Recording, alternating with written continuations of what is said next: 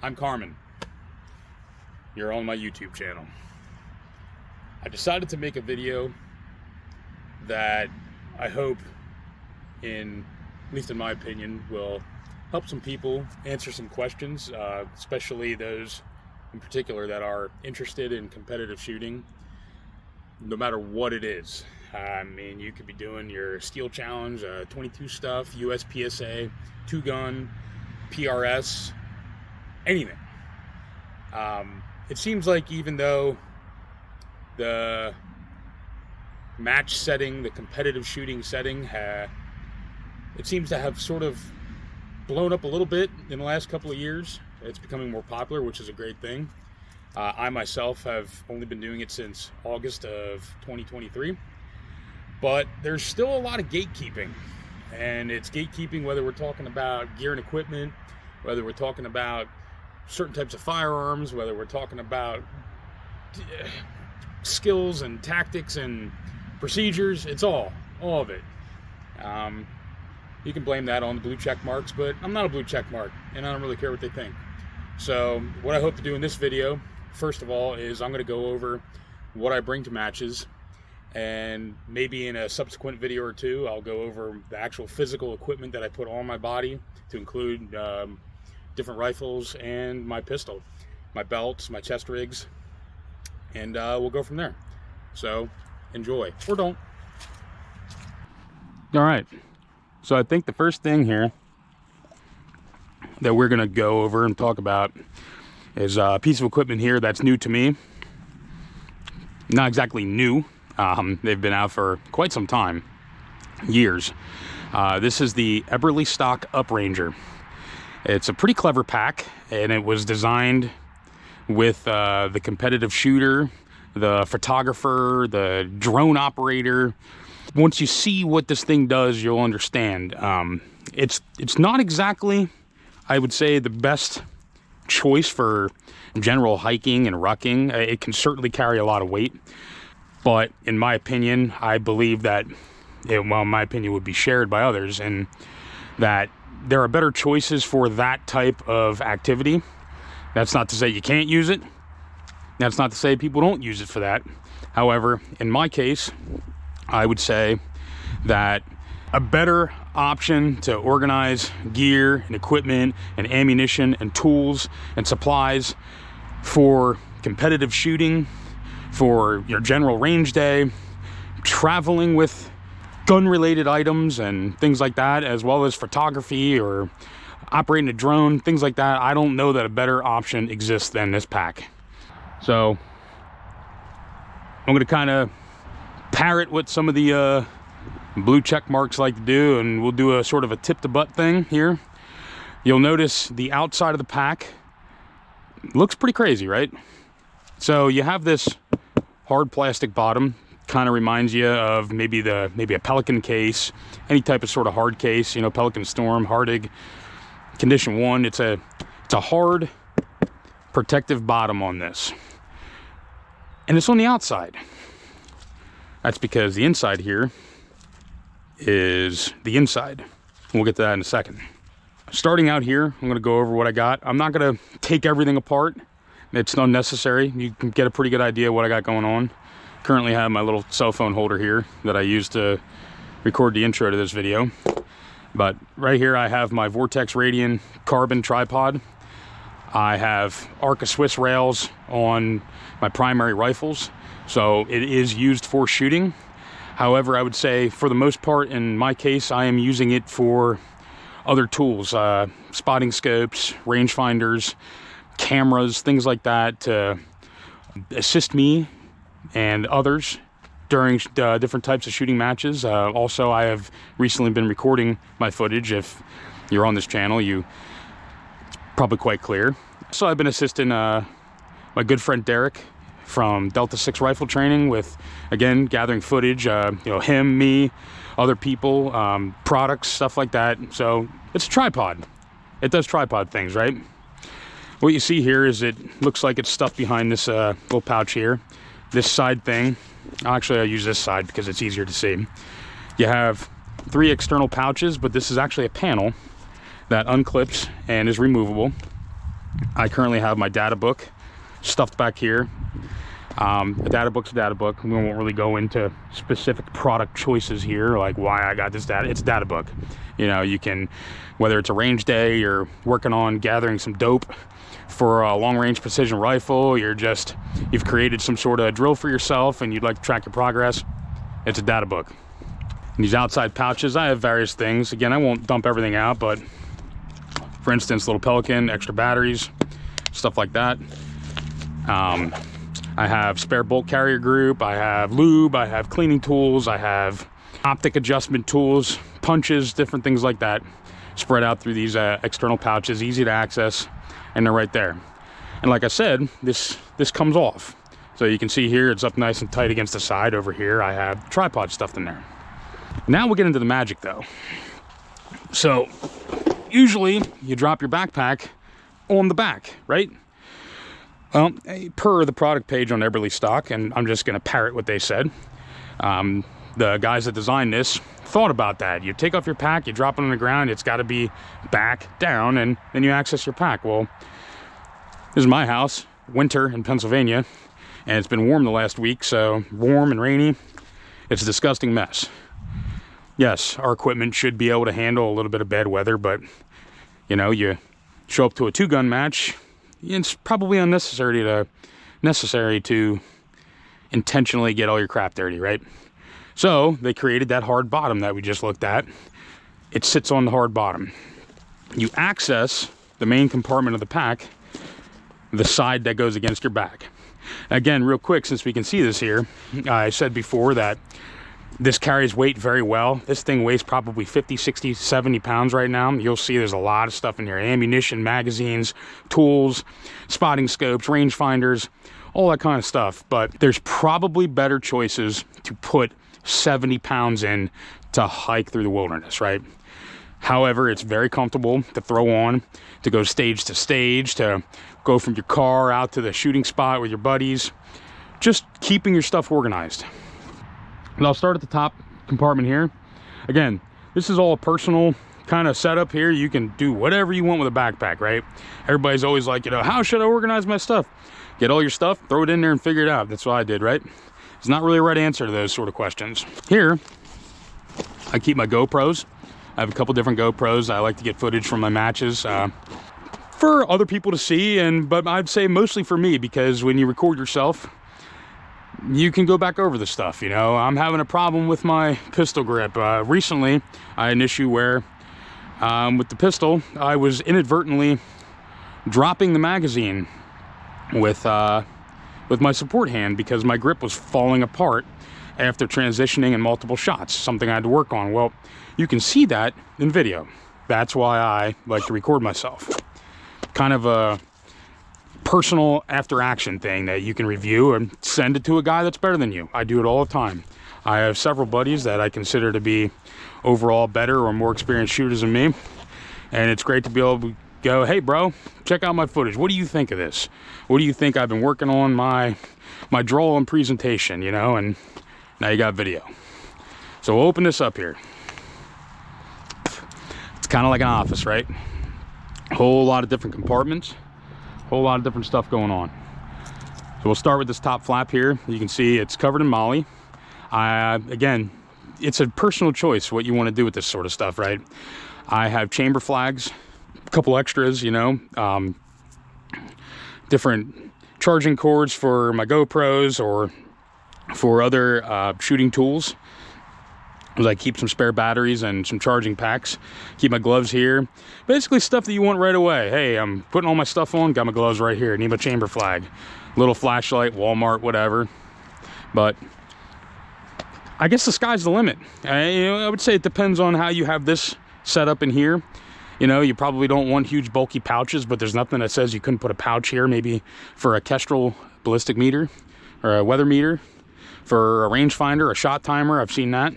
But yeah, so you have this whole full panel and it stands up all on its own. It's pretty neat. But now I'm gonna just go on.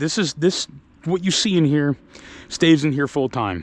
Occasionally I will adjust a couple parts of it depending on the type of match I'm shooting. But its current configuration is basically how I keep it all time. So We obviously have Ear Pro here. And you can see here these compartments. You have these Velcro dividers and they work great. And, you know, they're coming off on the one side for me here. I kind of probably have too much stuff stuffed in one of them, but it is what it is. I believe I have another 5 or so of these dividers that it comes with. I didn't need them, but you got them.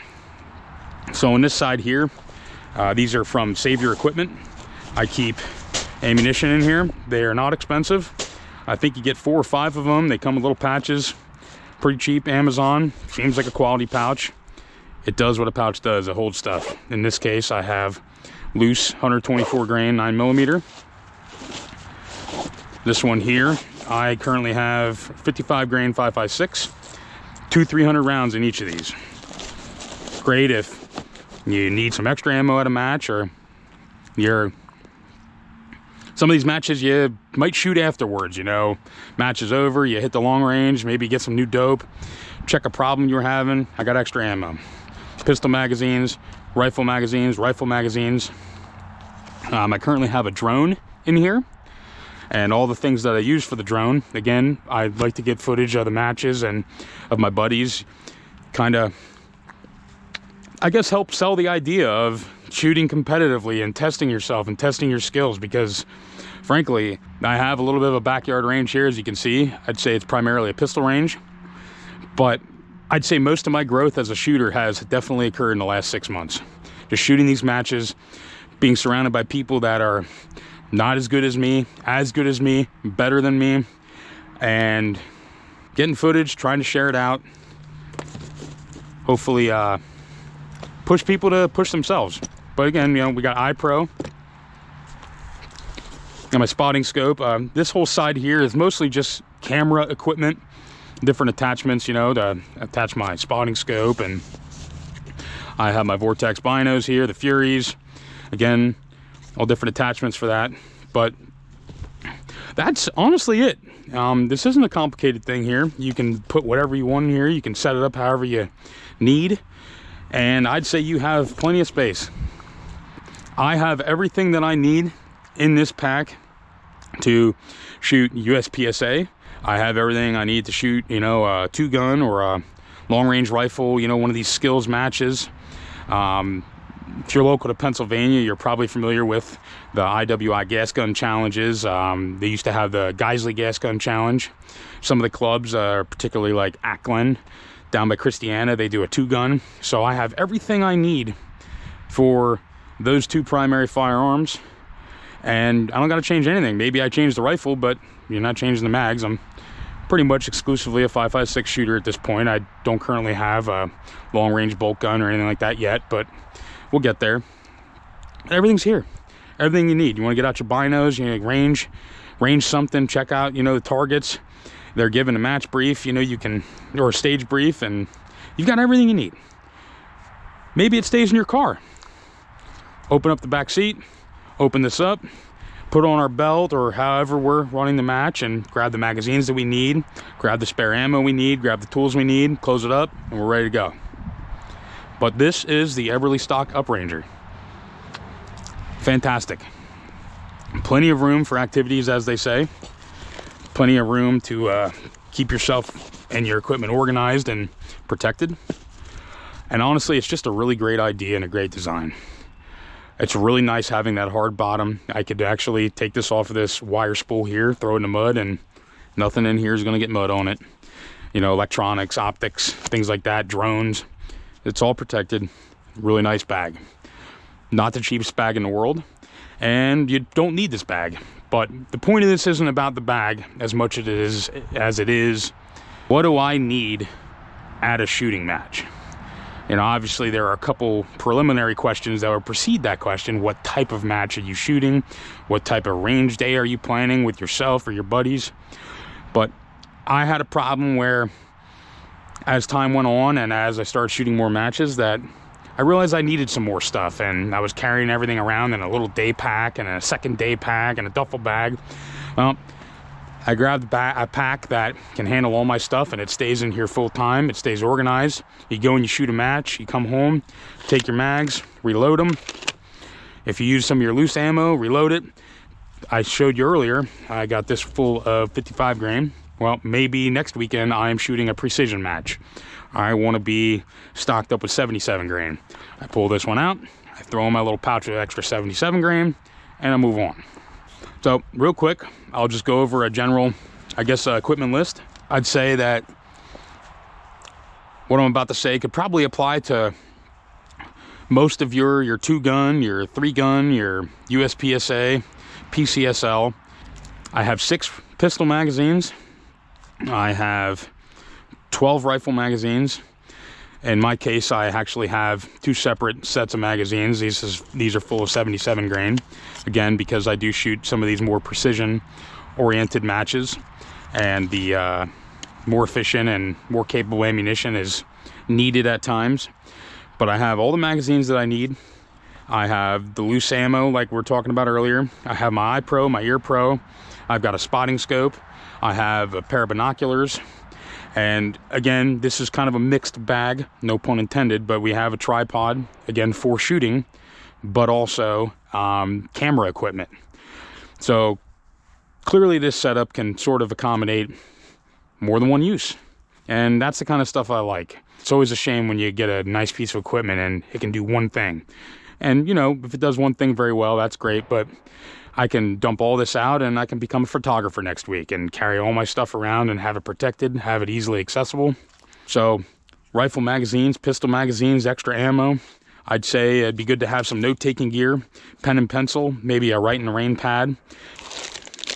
Spare parts, bolt carrier group here. I have spare trigger springs, things that can break. Scope adjustment tools. I have some punches, Allen keys, things like that. That's the kind of stuff you want to throw in a bag and have with you at a match. Okay, I won't spend a whole lot of time on this. I'll just give a quick overview of the equipment that I use, and that has been reliable and can take a beating. And this is what I've been using for a while now, and before I started shooting matches, and obviously I'm using the same stuff. We'll start with our belt here. The belt itself is a Blue Alpha Gear duty belt. I opted to go with the Molly version simply because it's redundancy. Is it the lightest belt on the planet? No. Is it the most flexible belt on the planet? No. It's a duty belt. But if I have a problem with a belt loop type mounted pouch, I can run it on the Molly, or vice versa. So we have that sort of utility here with that choice in the Blue Alpha belt. Now, this, I would say, probably doesn't appear to be a competition belt, and frankly, it's not. This is my, you call it a go-to-war belt, you could, whatever you want to call it. This is kind of a grab-and-go thing. I have an IFAK. I even have a smoke grenade on here. I've got a Streamlight flashlight. I've got a multi-tool. Obviously, my pistol. I've got a knife. I've got an extra tourniquet. Tourniquet down here, dump pouch.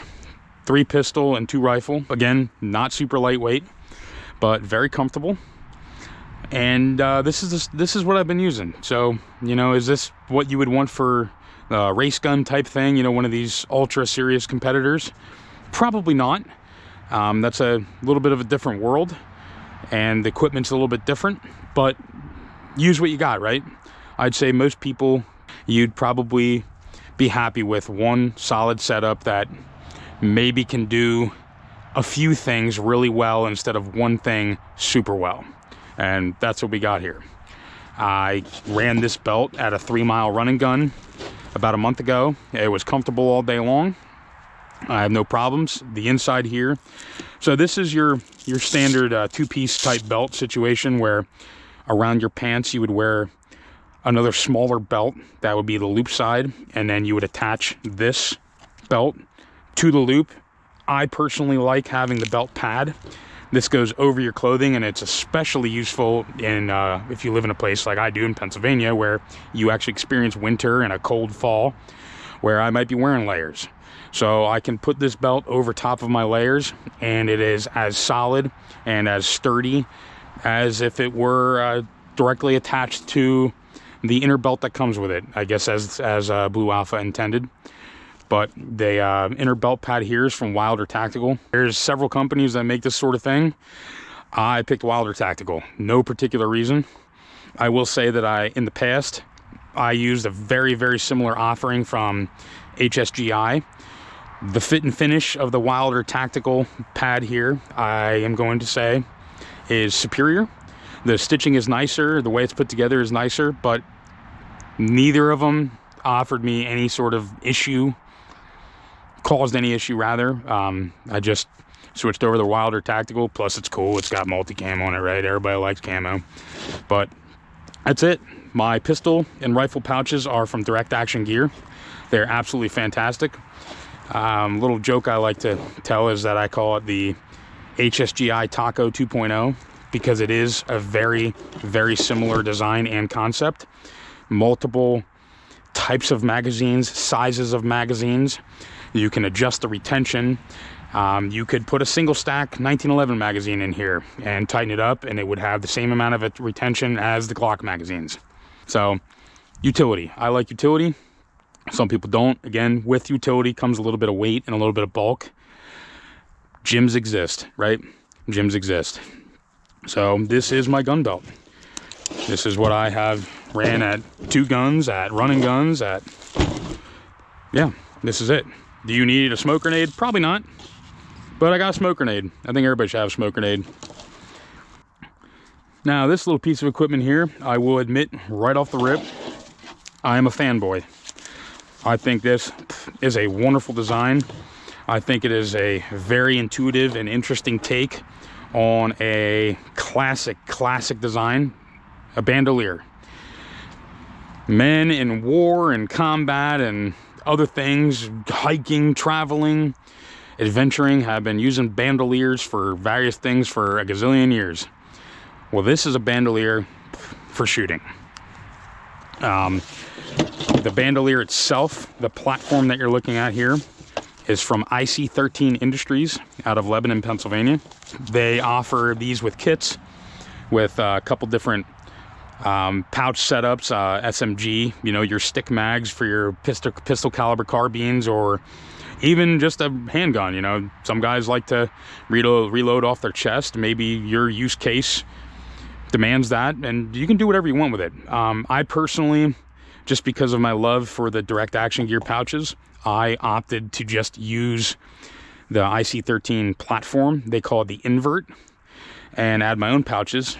And so we'll go over that. We have Direct Action Gear rifle speed reload pouches. This is a kind of hard to find these days, but Tactical Tailor E&E pouch in the vertical configuration. And what I keep in here is a notepad. I have my Vortex Razor HD 4000 rangefinder, a lens pen, a couple different ways to write, pencils. Everybody's got a pen. You need a pencil. You need a pencil. A couple different tools. I got a scope adjustment tool for my knife force, for the aim point. Classic. A lighter wrapped in tape. Funny story about this is I didn't usually have a lighter wrapped in duct tape in my shooting match setup, but at the running gun a month ago, my buddy actually cut his hand during a stage. We had a stage where we were chopping wood and whittling and doing all kinds of fun stuff. Accidents happen, right? Nicked his finger. Pretty good. It wasn't exactly like a go to the hospital or get stitches scenario, but you know, we gotta keep moving. Pulled out the lighter, got our duct tape out, ready to go. Now, how this is configured for me, it runs like this on my body. So if my left shoulder will be up here, this is it's a TYR Tactical Kestrel pouch. Actually, Kestrel sells these. They are on their Amazon page. Works great. I don't know, it's a pouch and it holds a item. Guys get too crazy about the pouch situation. Find one, find a price you like, find one that works and use it. We got our tourniquet that ends up kind of down here on my side. Real quick to access it in the Blue Force Gear tourniquet now. A little doodad. And that's it. Can't feel it. Doesn't run around. Oh, real quick, I should say, this little tab here, this is what ends up going across your body, depending on, you know, left-handed, right-handed. It doesn't come with this. IC13 sells this separately. in its out-of-the-box configuration. There's another clip here, and it sort of attaches in this area. I like their option to run it higher on your body. It seems to lock it in on me a little better. Again, preference. Definitely, this is a product that works extremely well, and it's bone stock, out-of-the-box configuration. All this is preference. That's what most of this stuff is, man. Even rifles, pistols, it should be reliable, it should be dependable, it should be accurate, and it should be able to get a little dirty and take a little bit of a beating. I don't really care what the brand is. But these are my two main go-tos. It's actually a pretty great setup for a bag gun, you know, a small 10.5 inch AR or a pistol caliber carbine. You could have this set up in a backpack with said firearm, and you know, the stuff happens and you pull out your backpack, throw in your bandolier, and you've got ammunition, you've got some supplies. IC-13, their standard configuration that they sell is 2 rifle and an IFAK. Again, I opted to do this my own way, and you don't have to, but they do pretty much give you a configuration that is very utilitarian, very bag gun centric. Throw on, you know, patrol the backyard, whatever you're doing, or shoot a match. So love this thing. I actually own 2 of them. I keep one with my my get home bag, but this is what I've been running at matches for the better part of 6 months. It's been absolutely fantastic. The pouches are fantastic, the comfort is fantastic. I'll say it one more time, it's fantastic. So these 2 items here, my Blue Alpha gun belt and the invert bandolier, are my go-to for doing matches. Okay, lastly, again, I've already stated that we're not here to debate gun types and brands and things like that, but I'll go over my basic setup. This here, we have, it's clear, we have a what started life as a Glock 23, and I did make the move to 9mm. It's fully converted. We do have a Glock 19 guide rod and a conversion barrel to go from 40 cal down to 9mm. All of our springs and things like that are all 9mm and 9mm extractor. But yeah, it's a Glock 19 with Hollow Sun 509T on there and the Streamlight TLR 7A. I love it. It's comfortable to carry, and these days I've been shooting pretty well with it. So it's a Glock. Now here's my rifle. This started life, I'd say about 10 years ago. It started life as a Colt LE6920 M4A1 SOCOM. It is clearly not in that configuration anymore, and I'll go over that real quick. But the receivers are the original Colt M4 receivers, buffer tube, Colt. Grip choices, that's up to you. Trigger, I run a Geisley SSA, and it is the same trigger that's been in there for the better part of about 25,000 rounds at this point. It's great, I love it. As far as optics go, I'm these days running the Night Force NX8 1:8. I love it. I did come off of the Vortex PST Gen 2 1:6. Those of you that have used that, or the Razor, the Gen 2, the Gen 3, will certainly be fond of the gigantic field of view and the borderline invisible ocular that you get with the Vortex. So that was a little bit of a learning curve to go to the NX8, but fantastic. This gun in its configuration at a couple different matches now has been extremely reliable out to about 700 yards, maybe a hair more with 77 grain. As far as that goes, we are running the 14.5 Daniel Defense CHF chrome lined. Gun shoots under an inch all day long with 77 grain. Got a couple real good groups under my belt, 5 and 10 round groups that are 3/4 and 1/2 inch, but I'd say on average with a semi-capable shooter, you can absolutely expect sub MOA, and that is at 100 yards. So Daniel Defense M4 rail, not the RAS2. I don't have a grenade launcher. neither do you, so you don't need an RAS2. Surefire dual fuel.